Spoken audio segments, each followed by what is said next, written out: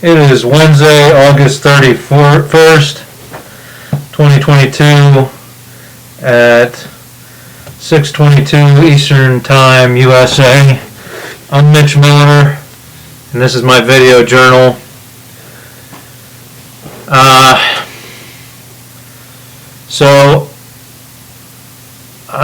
I'm systematically challenging the United States military to a duel or wrestling match. So we're on to First Lieutenant. If you've achieved the rank of First Lieutenant in the United States military or its equivalent in any branch of the United States military, I challenge you to a duel using compressed air-powered paintball dueling pistols, non-lethal. Since we do not have the prototypes for this, we'll revert to wrestling match using scholastic rules.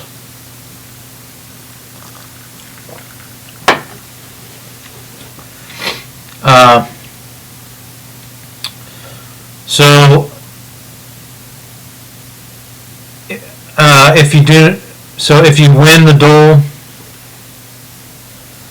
you will get a piece of my art valued at millions of dollars, and you will delay me challenging the next rank down in the military by 6 months, as per the peace treaty on the Mitch for Mayor website. If I win the duel, you must find money in your budget to fund my weapons company. If you cannot find funding in your budget, you must use some personal monies to fund my weapons company. In return for your funding, you will receive either or a stock certificate giving you partial ownership of the company, and or a piece of my art valued at millions of dollars. This is all I have to offer at this time. If you do not accept this challenge, you are a coward. And also, the blood and death of any military action around the globe is now on your hands for not validating and justifying this form of modern warfare, a form of warfare that uses marksmanship and hand-to-hand combat skills, the basic principles of military training. So, I want to talk about Russia. Moving on. I don't know how long this one's going to be. Hopefully not as long as the last one. Here's to Gorbachev. He just passed away yesterday, I believe. Credited with orchestrating the end of the Cold War. But a controversial figure, and I'll go into that. But anytime you have two nuclear powers ending their animosity towards each other and learning how to cooperate, it's a good thing. And by nuclear power, I don't just mean countries with nuclear weapons. I mean countries with nuclear power plants, as we're witnessing as I speak, the war in Ukraine, shelling of nuclear power plants, not a good thing. But Gorbachev also brought in the Western-style economy, and there could have been a great transition there where the people of Russia, and again, it might have been like this before. I'm not the best with Russian history. I did take a Russian history course in college. It was called Madness and Madmen in Russian History or Russian Culture. Read some Russian, learned about some things. But, so it may have been like this before, after World War II, but we could have had a transition where the people of Russia received stipends from the profit of the companies located in Russia. Instead, we had the rise of, and this again might have been the way it was before the collapse of the Soviet Union, but the rise of billionaire oligarchs getting tons of money from these Russian companies and living lavish lifestyles. Not that there's anything wrong with lavish lifestyles. I just think you can do it on a budget of $1 million a year instead of $1 billion a year.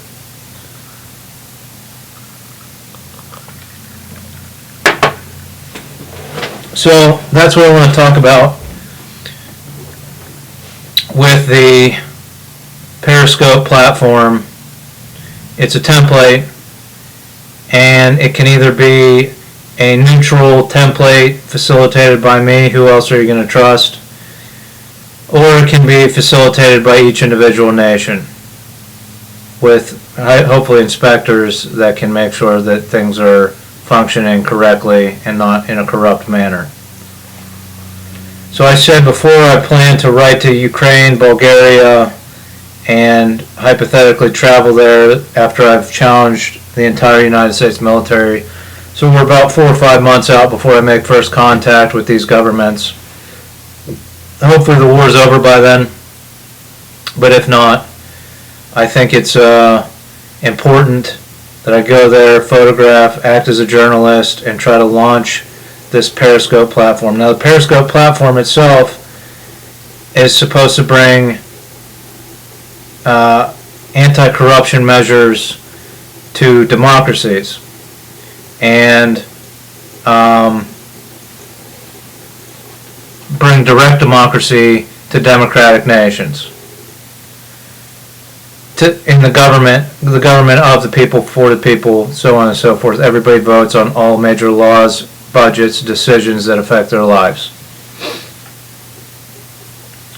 What we have an opportunity to do with Russia, and as I build this platform out in the Ukraine, is to, the main takeaway I took from the Communist Manifesto, Marx, Engels, is bring the means of production to the workers. A government that distributes the means of production to the workers. And it doesn't seem like many communist nations have truly delivered on that. And what I mean by that is we have the opportunity through the Periscope platform to allow each individual company within Russia, maybe say over 100 people in their employment, over 50 people, 100 people, to be facilitated by the workers. The workers vote on every decision, or most decisions, most aspects. They manage the company, they vote, and they run the company.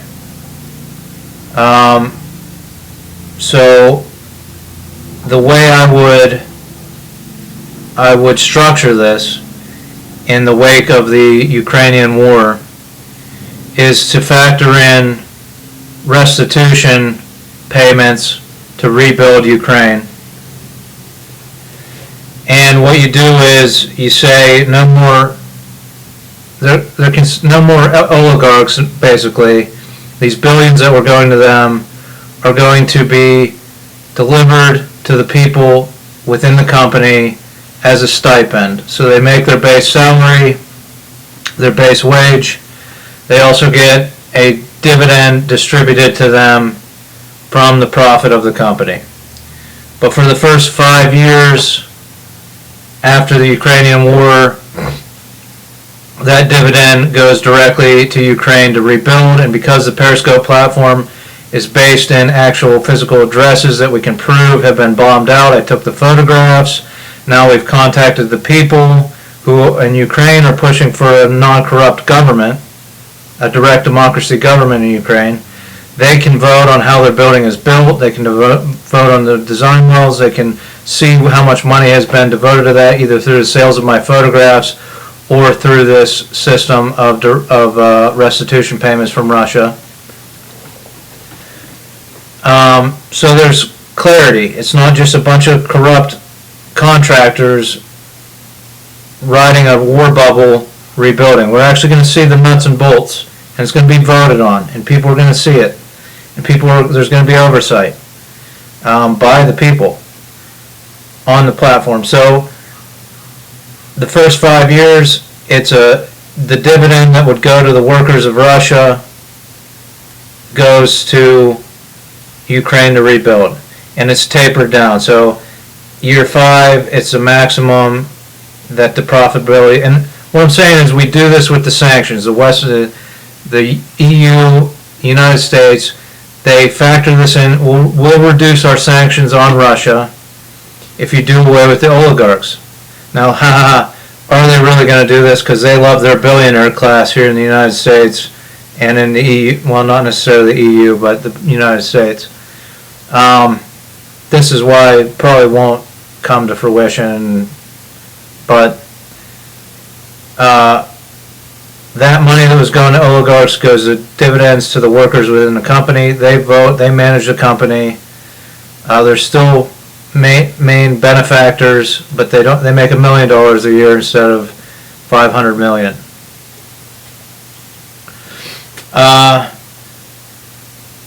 That dividend year 5 is a maximum. Then it is all that goes to Ukraine. Then it gets tapered down in year 4. It's a lower percentage, and the first percentage, say 20%, goes a dividend to the workers, and 80% goes to Ukraine. Then so on and so forth. Year 3, it's 60% goes to Ukraine, 40% goes to the workers, so on and so forth. So that's what the Periscope platform can enable. It can enable a democratic style form of communism. Because, as I said, communism isn't a horrible concept in its concept. It's just the deployment of communism in major countries is not the best. It tends to, it may not be as corrupt as the United States, but the rule is absolute, and it doesn't encourage free thinking necessarily, which is what the world needs. It needs to innovate and have free thinkers out there.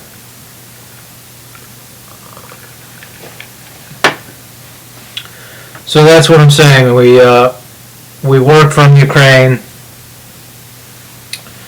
to promote this idea that the West is going to drop its sanctions if the Russians hand their companies over to the workers. True communism.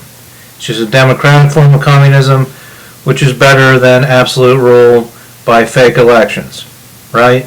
You can still have that type of government ruling the nation, but they're going to deliver and hand over a democratic form of communism where the worker runs the company, and there aren't just benefactors making billions of dollars. They get stipends for running their company, or dividends for running their company well. Now, this transition was not necessarily possible in the 80s, 90s with Gorbachev because the internet did not exist in its form that it does now. But now we have it, let's use it. So I think this is an ethical approach to what we should do in the Ukraine, and why I am inclined to go there. Now, I'm going to give us another option in the next episode of another thing we can do where I stay and fight for direct democracy here in the United States, as I have been for many years now. And again, if Biden wasn't so, I don't know what to say about Biden, but he could appoint me into the FCC and we could vote on fact-based news sources in the United States so that we don't have insanity here, just like many nations that we criticize. But I think it's ethical to go to Ukraine, a country at war, and work out from there on two different types of systems. Direct democracy for government and for the Western governments, and direct democracy for running companies for the workers in communist nations. We're not asking for a huge leap in our belief systems. And it's ethical because I'm working on both. It's not like I'm saying let's attack Russia with this direct democracy concept of worker rights from the United States. I'm going to the Ukraine, a country that's democratic, working from there to working with their government to deliver a direct democracy there, an example for the Western world to follow, and while also just working on communications to say this is what we're suggesting for communist nations as well. And if the sanctions were to come off slowly. And then this also allows for one thing that there are huge profits on is the energy sector. So then Europe could buy war restitution energy. The energy companies, the huge profits would split off right away to become dividends for the workers. But first they go to the restitution. So we can lift the sanctions on the energy sector because all profit is going in form of restitution to the Ukraine. After year one, 20% of profit distributes to the workers. The rest goes to restitution in Ukraine, so on and so forth. So different sectors of the economy in Russia could open up and start this transition to test the water to say, do the workers like this? Do the workers like getting dividends off of the profits of the company instead of so-called investors? So that's my idea.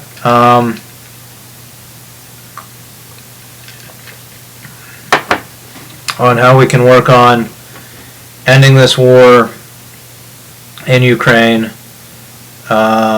and delivering more rights to more people, more wealth to more people, delivering the means of productions to the workers, and delivering true democracy to the democratic system. So thanks for watching. Next week I will talk about another option where I stay in the United States. I don't go to, and again, Ukraine and Bulgaria could deny me permission to travel through their countries, deny me permission, not work with me, but I at least got to reach out, write the email with the peace treaty, say I'm working on this.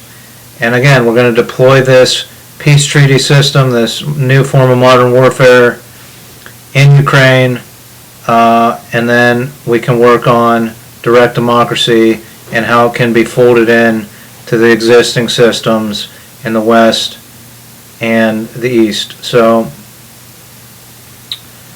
I hope no government official holds animosity towards me for suggesting this transition. It can take years and years, 10, 15, 20 years. I just put it on a 5-year time scale for restitution. I think that's a feasible amount of time to rebuild Ukraine. I hope there's no animosity. It's just a suggestion. I have no real teeth behind this. I have no following except for 30 to 40 people listen to my podcast, and none of this stuff on these videos ends up on my podcast yet. It can. So it's just suggestions. I hope it reaches you with good tidings and is accurately translated so that we can work together to make a better world, a more sustainable world, and a more peaceful world. Thanks for watching, and join me next time.